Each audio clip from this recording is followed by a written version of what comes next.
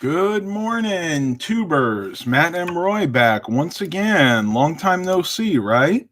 Well, if you guys have already seen the tagline here, you'll know that prices of solid state memory, or in this case, solid state hard drives, could be on the rise here in 2020.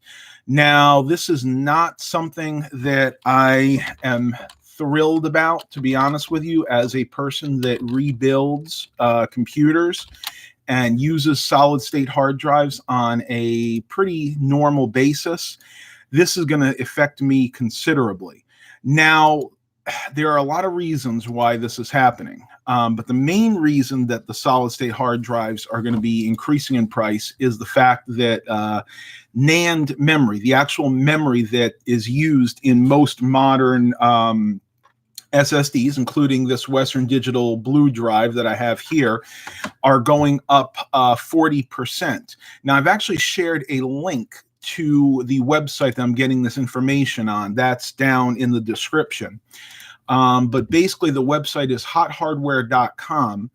And this is I'm going to go ahead and just read a snippet of this article so you guys can get an idea of what's going on. But a 40% price hike is fairly significant. It's not a given that this will happen or that SSD prices will rise by the same amount. Other factors could come into play, such as advances in controller technology. But to paint a picture of a possible scenario, let's use the predicted 40% spike in NAND flash memory and apply it directly to the cost of an SSD. Suddenly, that Sabrent Rocket Q 2 terabyte SSD above, priced at $219.99 today, would jump to over $300 by the end of 2020. Now, this article was actually written on January 4th, so that was 15 days ago. And there's been a significant development in solid state drives since then. January 4th was actually the last day you could get the PNY CS900 240 gigabyte SSD at Best Buy for $27.99. On Sunday, January 5th, bearing in mind that Best Buy puts the new flyer out or the new deals of the week out on Sunday, on January 5th, that price went up to $34.99. So you can see already that the prices of SSDs are going up, and we're not even halfway. Well, we're not even halfway through the first quarter of 2020. Now, I know a lot of you out there are probably like, Matt, what's going to happen? What am I going to do? I do this for a living. I need to make sure I can get solid state hard drives at a good price. Don't worry too much, because mainly the price hike is going to be affecting the NAND SSDs, like this one right here. You can see right there, it says NAND memory. You can get the cheaper, let me wait for this thing to refocus. Here we go. You can get the cheaper non-NAND or the conventional SSDs still at a bargain price.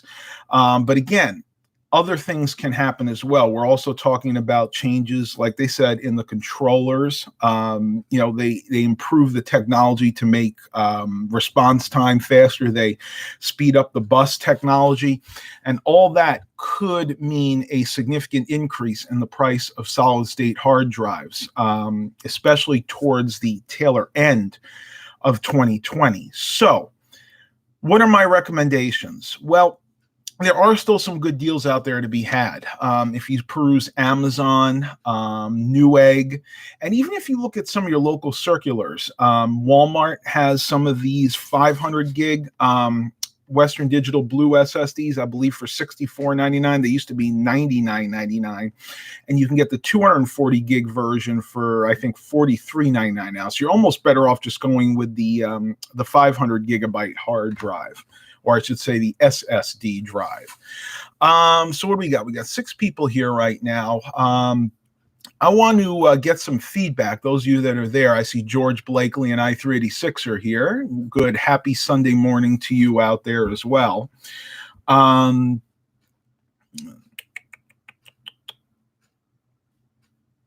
Okay. Now, you're probably going to ask me, why is the NAND technology, why is the NAND memory going up? And you can read this article in its entirety if you click down the description. But to give you the abridged version, it's all about supply and demand. The NAND memory has not changed. It's still the same memory it's been now for the last 3 or 4 years. But because people are noticing the benefits of having a solid state hard drive, you have the demand for solid state drives going up and the supply going down because so many people want it that the manufacturers can't keep up with the demand. And if you've ever taken an economics class, supply and demand equals higher prices. If there's a large demand and not such a large supply, then they can charge more for the product. And that's just the law of economics. I-386, my Walmart had a 256 gigabyte SSD Western Digital for $79.99. They have had the drive for a while. Price hasn't changed. They keep it with that price. Now, I'm very surprised because I know that our Walmart, and I really thought all Walmarts were like this, will clearance out an item after a said period of time. Usually it's about 6 months. They'll take whatever the item is. If it hasn't sold or a quantity of them hasn't sold, it'll put it in the clearance section. Basically, they'll take it from wherever it is, put it in the couple little aisles that are in the front, usually towards the pet food area, at least in my Walmart.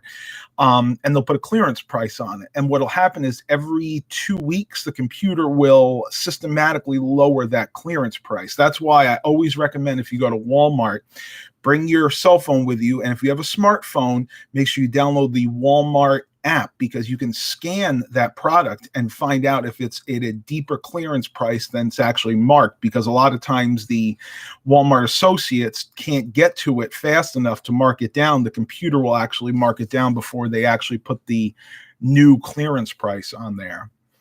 Scott Slad 469 gives me a big thumbs up. Thanks, Scott Slad. I hope I'm pronouncing that right. But let me know what deals you have seen, because I've been looking at Best Buy. I've been on Amazon, not so much Newegg, because I'll be honest with you, Newegg never had the best prices when it comes to storage. I'm not talking about just SSDs. I'm talking about conventional hard drives, flash memory. Newegg, I find, is better for other components, like getting motherboards, processors, cases, things like that. Newegg tends to have better prices on, but not so much their storage media. They're usually not very competitive with the other websites and even some of the big box stores. I-386, my local Walmart and a few others in Georgia seem to be the worst. There are items out of stock and pricing issues.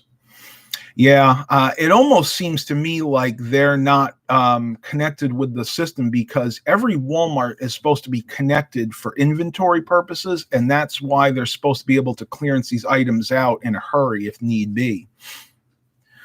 Scottsland 469. In the UK, we can get a Kingston 240 gigabyte SSD for around £23. It's not too bad. So in our money, that's probably more like $30, $32. That's not too bad. And Kingston is actually a very good brand of memory in general. We're not just talking about SSDs, but memory chips, even their flash drives. As a matter of fact, the Windows 10 flash drive that I use for all my OS installs is a Kingston Travel Master. Actually, it's a great flash drive. I wish I had it with me. It's all metal.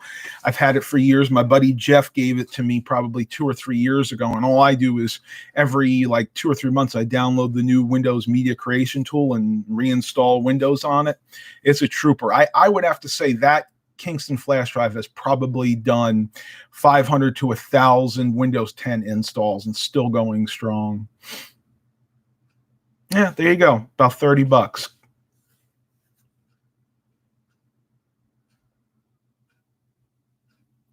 Oh, Max, I have to disagree on that one. He says P&Ys are rubbish. You got 50 of them and 7 have died in 3 months.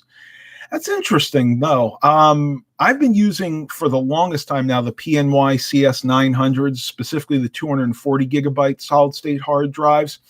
I've must have installed 40 to 50 of those over the last couple of years. Well, would have been last year, because I think that was when they actually released that particular model.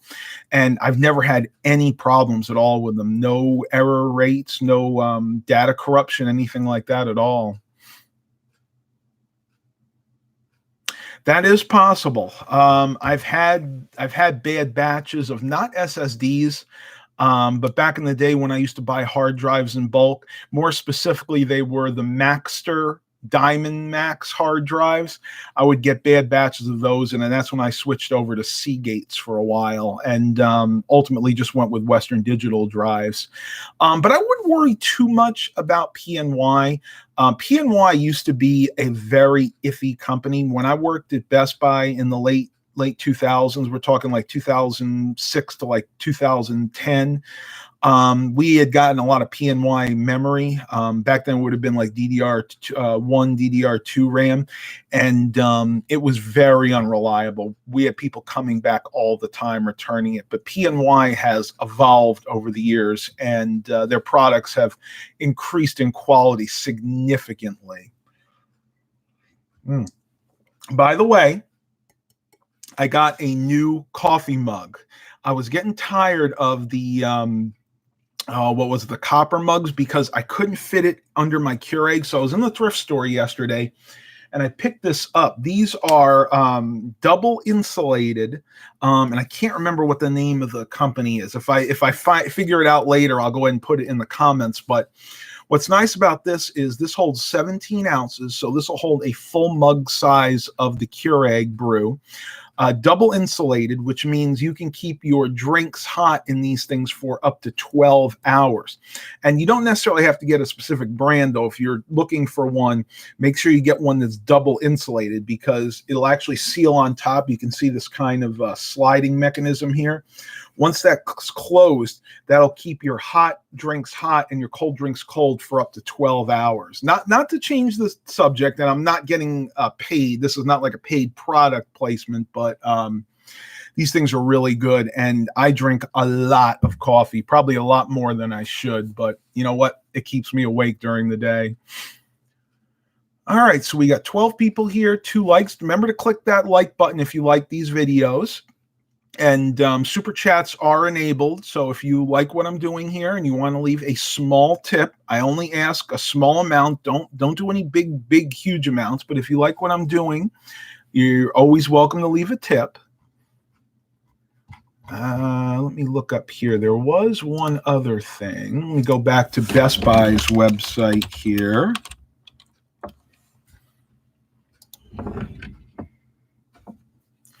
And we're going to go look up SSDs, because there are a few other options at Best Buy specifically that are still really good deals.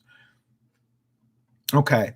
Now, you can't actually get this in the store, but Best Buy has the Kingston A400 240 gigabyte internal SATA solid state drive. This one is, let me look at this real quick. This does not use the NAND technology, and that's why it's a little bit on the less expensive side. But these are still solid SSDs, and I'll go ahead and share the link for that if you guys are interested. There you go, right there. You can click on that. That's for the Kingston A400 solid state hard drive, which boasts that it's 10 times faster than your conventional hard drives.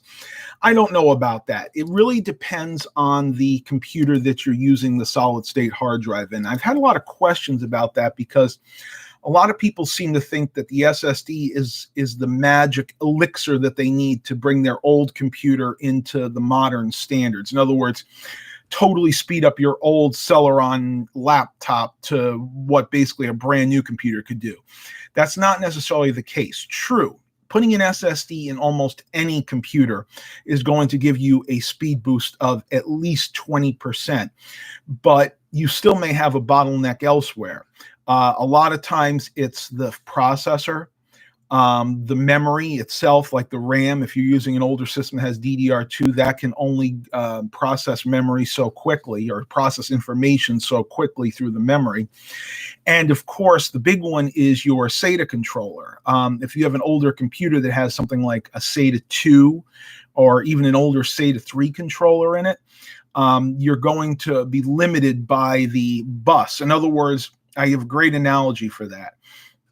It's like driving an old Gremlin down an open highway with no other cars. True, you could theoretically go as fast as you want, but that Gremlin's only going to get you up to maybe about 55, 60 miles an hour. So you got to remember, it's not always a fix-all for your slow computer problems. What you really want to do is, if you have an older computer, and now being that Windows 7 is out of support officially, I've been getting this question a lot. A lot of my clients have computers that are still running Windows 7. They're not necessarily ones that I set up for them, but they're ones that they've had for years, maybe even before they met me.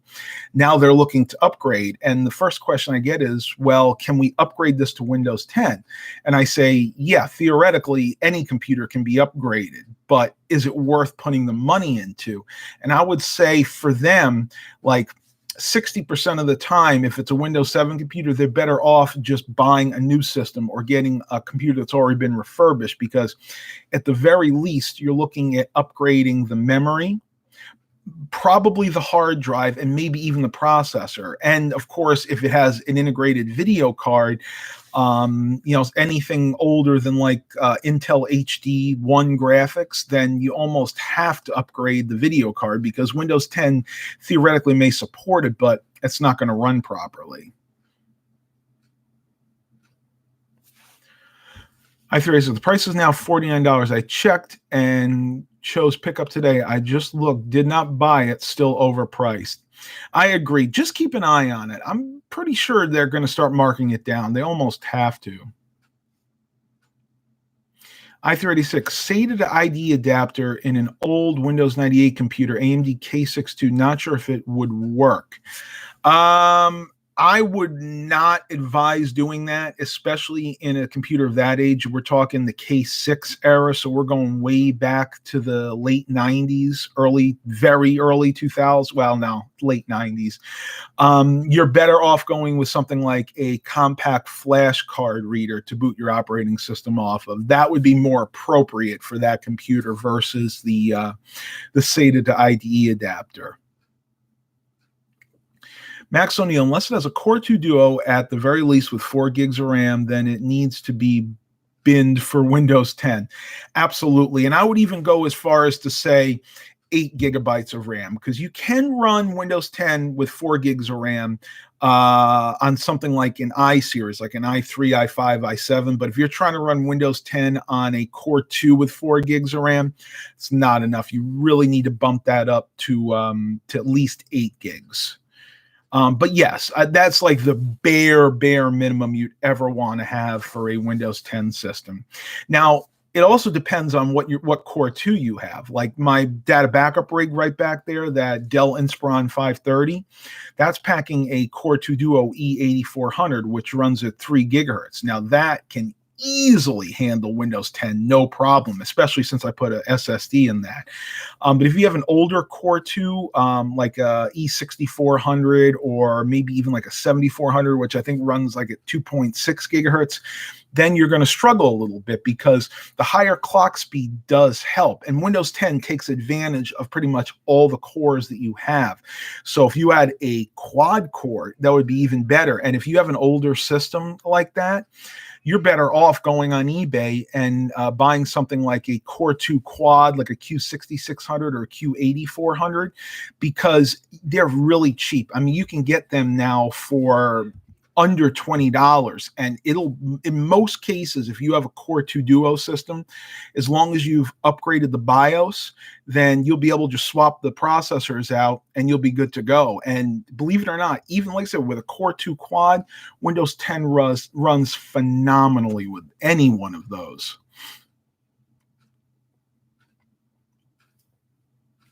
Eric goes, that's why I bought my new computer now, because memory and SSD prices are going to rise. There you go. Absolutely. And Max O'Neill says, Core 2 quads surprisingly are still amazingly good chips in 2020. They really are. And they're underpriced, in my opinion, especially on eBay, for the performance that you can get out of those.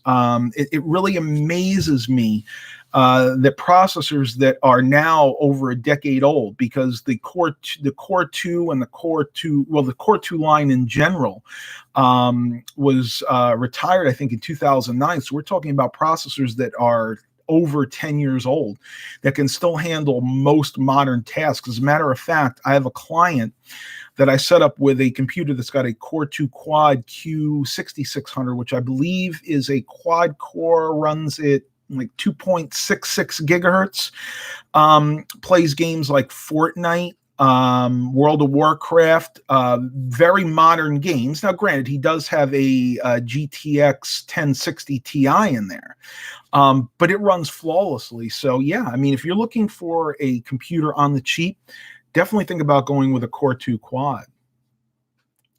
2.4. Okay, so the Q90, what is it? The Q9600. I got to look that one up. Q9, maybe it's the 9400 I was thinking about. Yes, it was the 9400. Q9400 runs at 2.66 gigahertz. But again, either one would work phenomenally with Windows 10.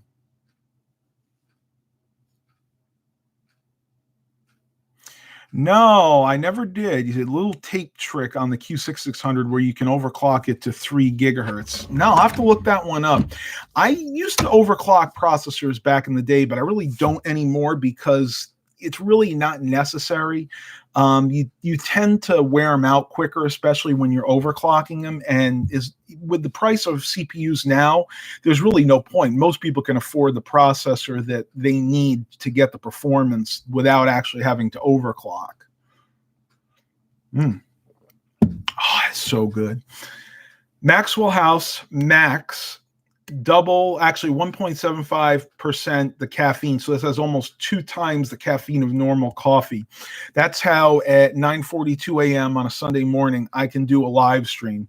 Again, not being paid for this, but love this coffee. And if you guys are up in upstate New York, near the Binghamton area, check out the new 5 and 10 discount groceries in Greener Afton, and you can pick these up. Really good price too.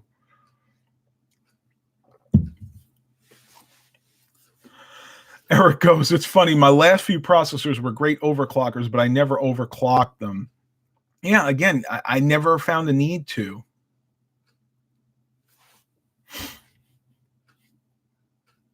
I really got to do something about that clock. I tell you, this clock I got at Walmart, it's a timekeepers. It never loses time.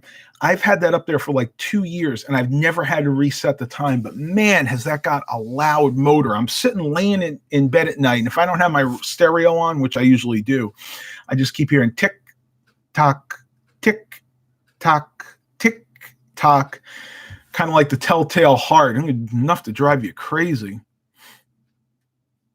Oh, it looks like we have an AMD fan. Ryzen 3 1200 are super cheap now. Oh, man. I know I need to do a Ryzen build. Oh, I got something I got to show you guys. Be right back.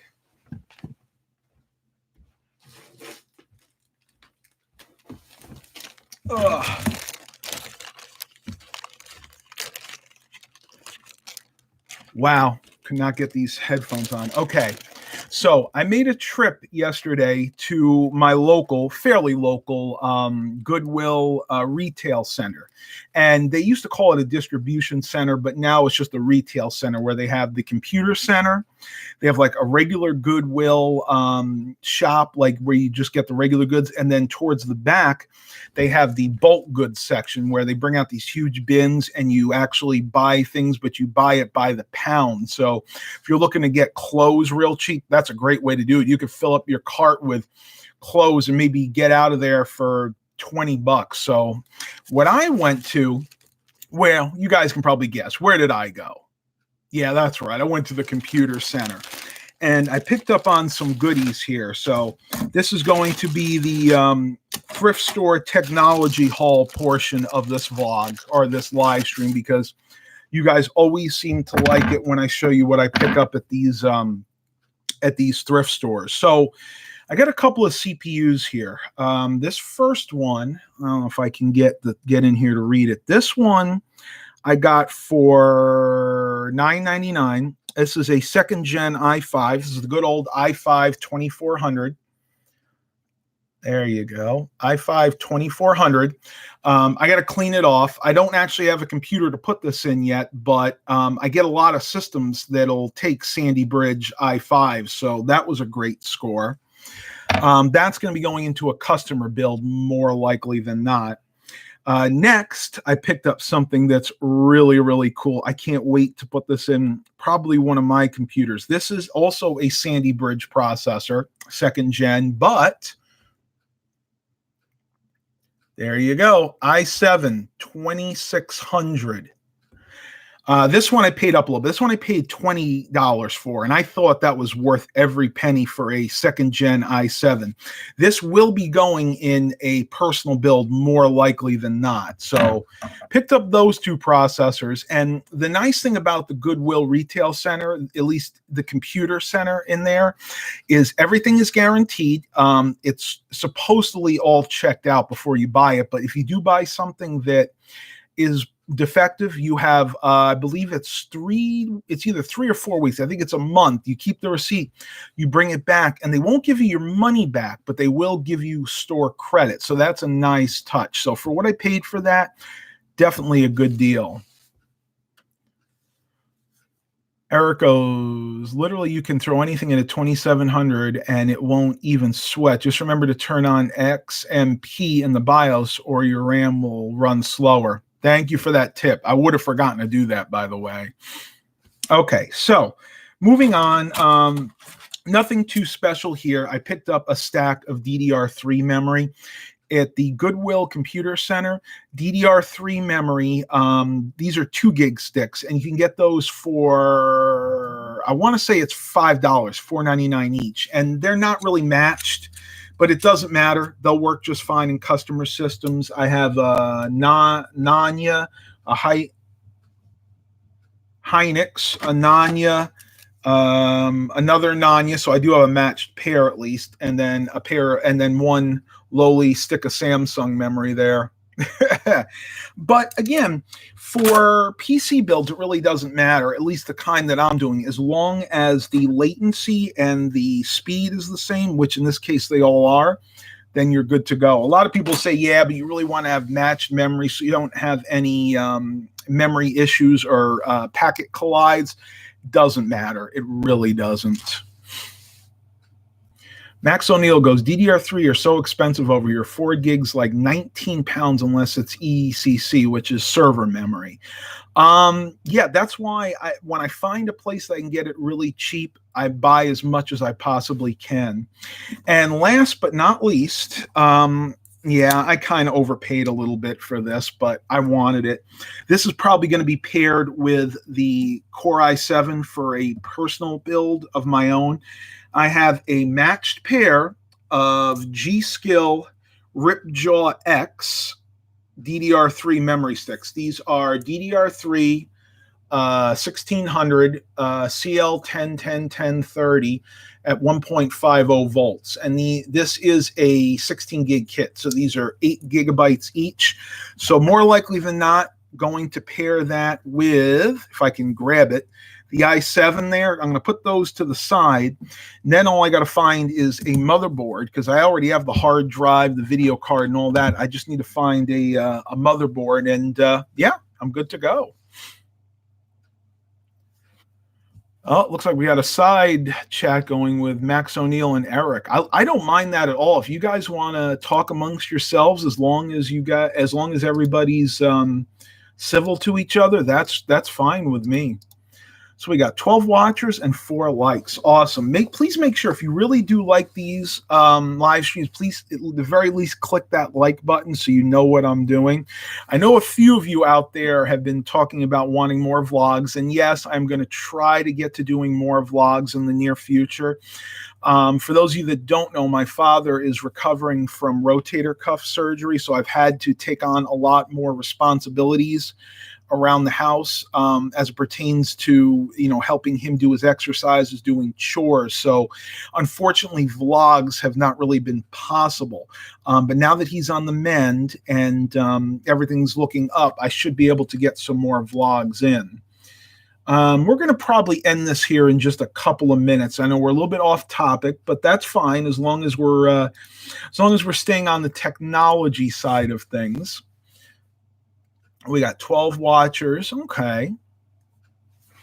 I386, I'm going to mess with my old Windows 98 desktop for a few minutes. Awesome. You have to give me updates on that. But yes, I would definitely, instead of going with an IDE to SATA adapter with an SSD, for that computer, I would go with a compact flash adapter. And you can actually get those on eBay. There are a few different kinds. The one I usually would recommend is the one that'll fit in one of the expansion slots in the back, and then it'll plug into the IDE controller, and you can swap in and out the compact flash cards. Just make sure that you get one that is compatible with that motherboard, and you may have to get a couple different ones. I've had issues with them in the past. It just depends on the manufacturer.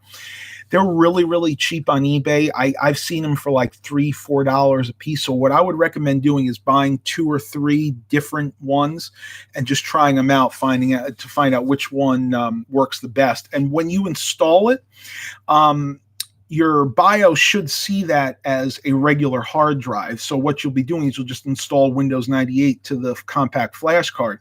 And the nice thing about that is you can have multiple compact flash cards with multiple installs. I know people out there that have one system and multiple compact flash cards. One has Windows 98, the other has Windows 2000, another one with 95, and then even as far back as DOS. So that's really a much better way than doing the SSD, which I honestly don't think is going to work in that system.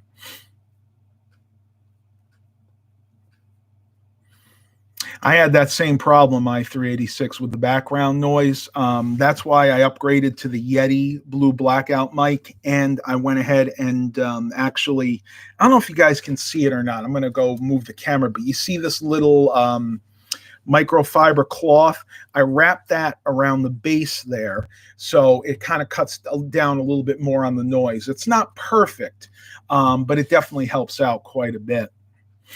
All right, everybody, that is it for this live stream. Thank you so much. Hope everybody can get the SSDs they need for their builds. Hope everybody's having a great 2020. Remember, try to get your exercises in. I'm doing okay. I'm still sitting around the 212-pound mark, but I still need to lose about another 10 pounds. So wish me luck. And as always, have a blessed day, everybody.